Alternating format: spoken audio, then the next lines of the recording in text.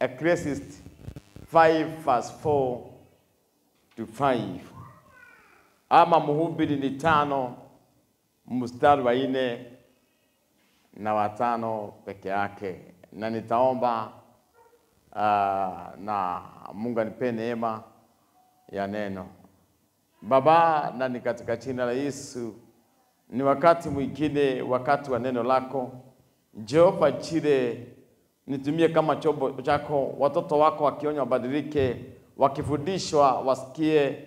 Mungu wa rehema, wakibarikiwa wabarikike. Sifa na shukrani zikurudie. Sisi wana wako tunahitaji tu baraka peke yake. Na ni katika jina la Yesu Baba twaomba takuamini. Amen. Nimesema Ecclesiastes 5 ama Mhubiri 5 mstari wa 4 wa 5 hata wa 6. Acha nitumie mistari 3 peke yake. Na nitasoma Koherethu 5 kuma 4 5 na 6.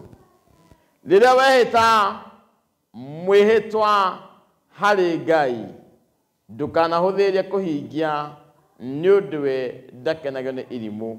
Hingia mwĩhĩtwa waku.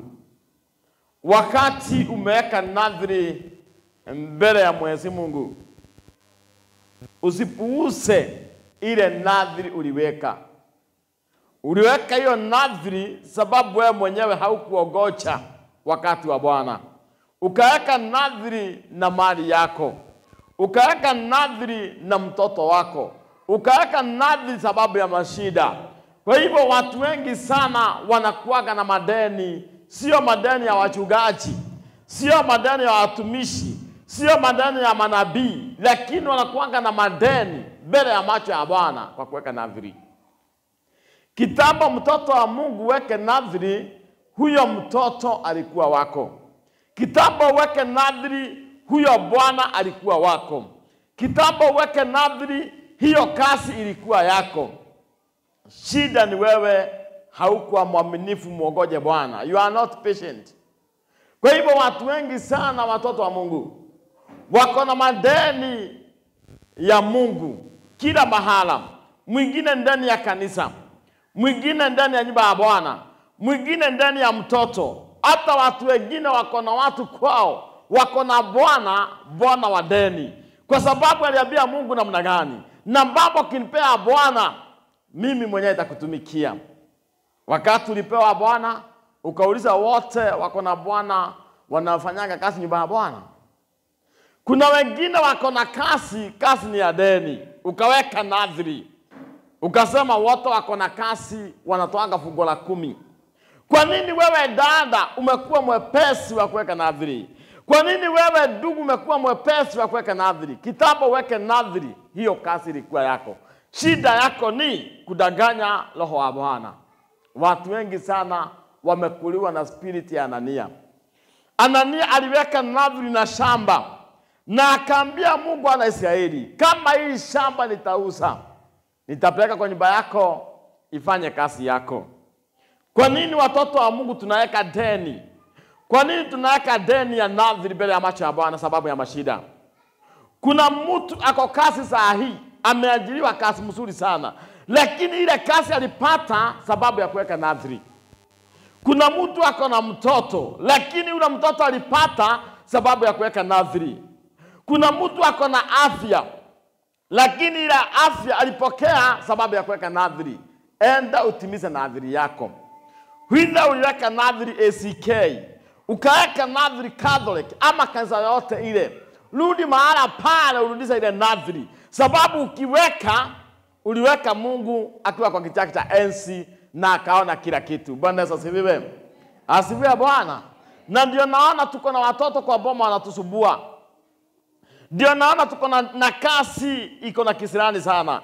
Ndio naona tuko na Bwana ako na kisirani sana. Sababu ule Bwana haukuongoja Mungu akupe, wewe uliweka nadhiri. So Bwana akiamuka kila wakati ni matusi kwa boma, ni vita haiishi, sababu uliweka nadhiri mbele ya macho ya Bwana, ili ukipewa Bwana utamtumikia. Ukaona ni kawaida, Bwana akakuwa shetani. Haleluya. Bwana Yesu asifiwe. Wewe ni nadhiri gani umeweka mbele ya macho ya Bwana? Wacha kuwa mwepesi ya kuweka kiapo na Mungu wako. Wacha kuwa mwepesi wa kuongea maneno mingi. Wacha kuwa mwepesi sababu ya mashida. Ndio napata kuna mwanadada ako na doa. Ile doa ni ya machozi. Sababu aliomba Mungu ampe mpenzi na akaweka nadhiri. Sababu aliomba Mungu ampe kasi na akaweka nadhiri. Unapata ile kasi kila wakati ni kisirani. Haleluya. Bwana Yesu asifiwe. Hata kuna wengine wananunua gari na nadhiri. Anaambia Mungu alema ukinipea gari, hii gari itakuwa kwenda kwa nyumba yako. Ile gari kienda bash inaharibika. Bwana Yesu asifiwe. Kuna wengine walipata gari, akaambia Mungu alema hii gari haitasimama kwa club. Hiyo gari kienda kwa club inaleta shida. Wacha kuweka vitu zako zote kwa nadhiri. Ngojea Mungu. Atakupea ile gari unataka. Atakupea huyo bwana unataka. Atakupea huyo mtoto unataka. Lakini usiweke nadhiri kwa kitu yoyote. Hiyo ni lawama kwa maisha yako. Haleluya. Bwana Yesu asifiwe. Nadhiri mingi sana watu wanaweka nadhiri ya fungo la 10. Wanaweka nadhiri wakati ni mgonjwa. Wanaweka nadhiri wakati ataka kuoleka. Akiangalia aona miaka imesonga sana, sema hapana, wacha niweke nadhiri Mungu ampe mpenzi. Akinipea mpenzi nitamtumikia. Wakati atapata bwana afikiria aseme hai. Hawa watu wote wako huko nje walipata bwana na nadhiri. Number 5. Nekava otiga kwihita, gukira kwihita na ukaga kuhingia. Ateheri ukosa kuweka nadhiri.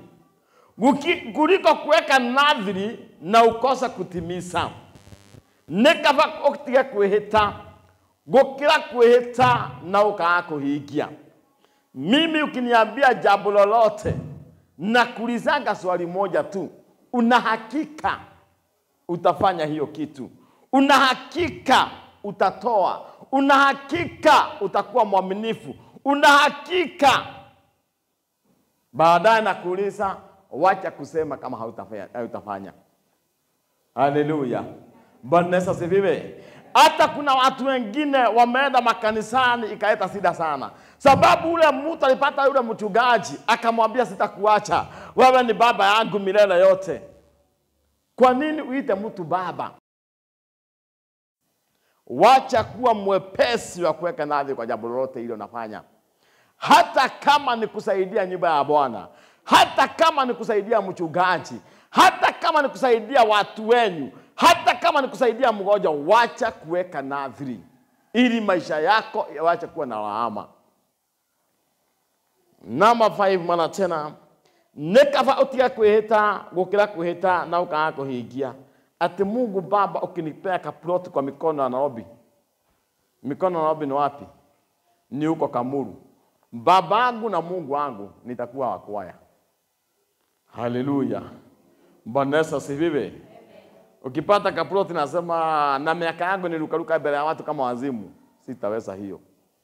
Asifiwe Bwana. Ati Mungu Baba ukinipea mchanga na Nairobi, mimi kwa nyumba yako nitakuwa mwaminifu sana. Unakujanga kanisa Sunday moja kwa mwezi. Na unamake sure na ile Sunday yenye hakuna matoleo. Haleluya. Bwana Yesu asifiwe. Usijali, nadhiri ni wewe umeweka. Ate Mungu Baba ukinipea kasi ya mikono yangu, nitakuwa mwaminifu na fungo la 10. Mwaka mzima haujatoa fungo la 10.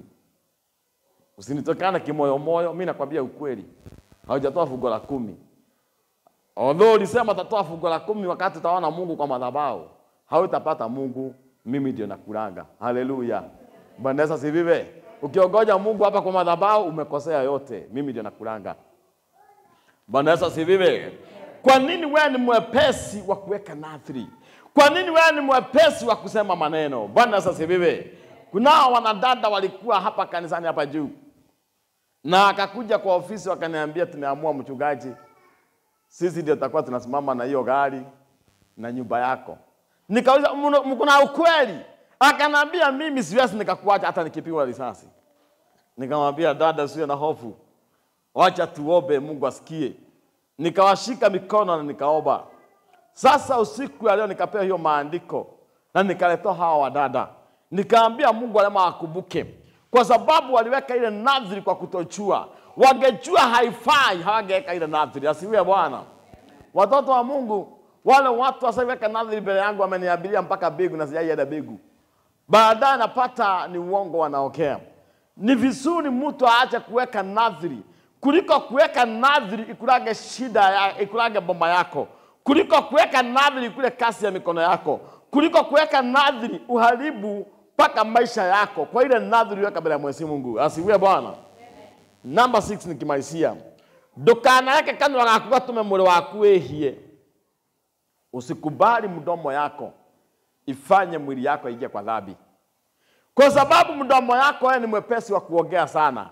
Wewe ni mwepesi wa kuweka nadhiri kila kitu.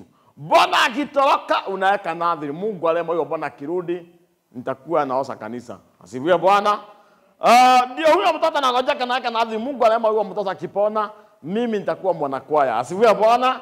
Ndio hiyo kazi na hata jam. Kazi ikikuwa bana naweka nadhiri. Mungu alema ikikuwa mzuri mimi nitakuwa natoa fungu la 10. Jehova akitembea kwako anapata kila kitu huko ni deni. Akiangalia mtoto ni wa deni, bwana ni wa deni, kazi ni ya deni. Asifiwe Bwana. Ati kila kitu iko kwako kwa boma yote ni ya deni. Kutoka bwana, kutoka watoto, kutoka kazi, hata huyo mwili yako, sababu wewe mwenyewe haukuwa na mwili. Ukasema Mungu wa rehema na Mungu wa nyama akijia kwa mwili yangu ninone, nitakuwa natoa fungu la kunona. Haleluya. Paka hiyo mwili yako ni ya deni. Kila kitu kwako iko na deni. Haleluya. Bwana Yesu asifiwe. Kwa nini tunaweka nadhiri? Kuna mtoto alifanya mtihani last year. Na wakati alifanya mtihani alikuwa mzuri sana, akaperform vizuri sana.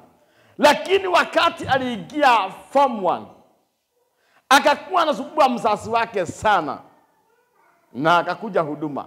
Kukaa chini nikamwambia wacha kusumbua Kevin. Niambie ile nadhiri ulikuwa umeweka na huyu mtoto. Ananiambia mchungaji kwani Mungu asaulikange? Asifiwe Bwana.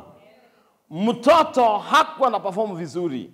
Lakini wakati aliperform aliambia Mungu kama huyu mtoto ataenda national school nitatoa giri 20 kwa madhabahu.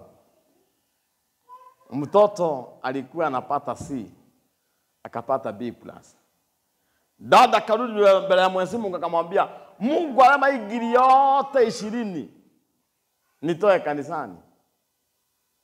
Sasa mtoto kuingia form 1 akaanzia bagi, akaanzia migomo, mtoto akafukuzwa. Dada akasema mtoto ameobewa vibaya, watu walisikia vibaya sababu alipasi. Nikamwambia hapana, huyu mtoto wako uliweka nadhiri kwake. Haleluya.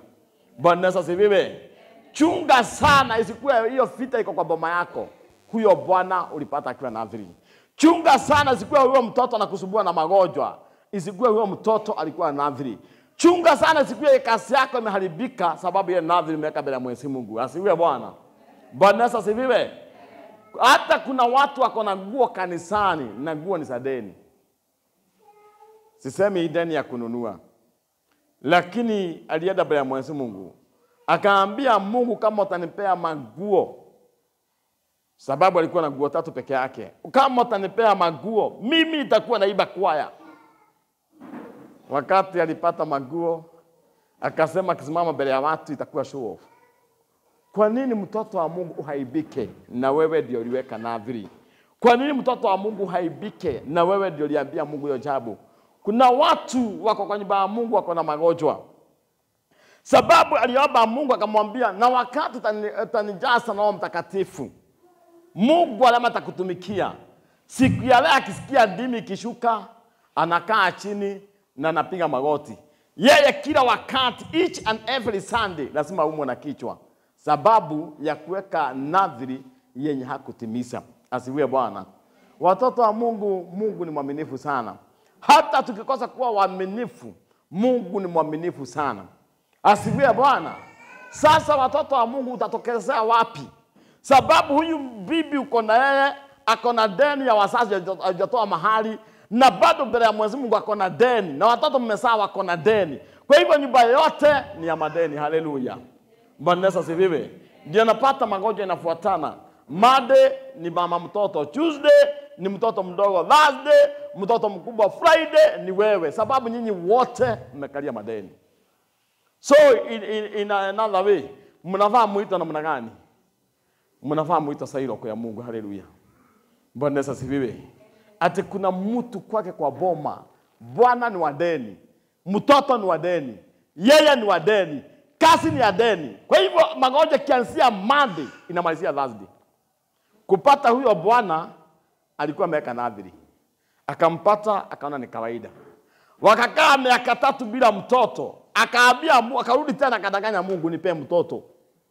Wakakaa miaka ingine 4 bila mtoto, akaambia Mungu, tuongezea mtoto, nitakuwa mwaminifu.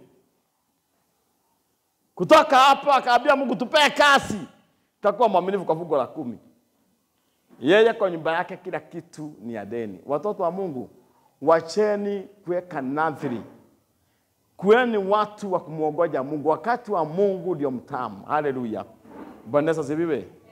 Kisikia amen nikiwa chini sana, ujue kuna watu wako na bwana za deni na bibi za deni na watoto wa deni. Bwana Yesu asifiwe. Hao wanasema ni wale watu mpaka watoto hao ni wa deni. Kitambo weke nadhiri, huyo mtoto alikuwa wako. Kitambo weke nadhiri, huyo bwana alikuwa wako. Mungu aliyema abariki awashidishe.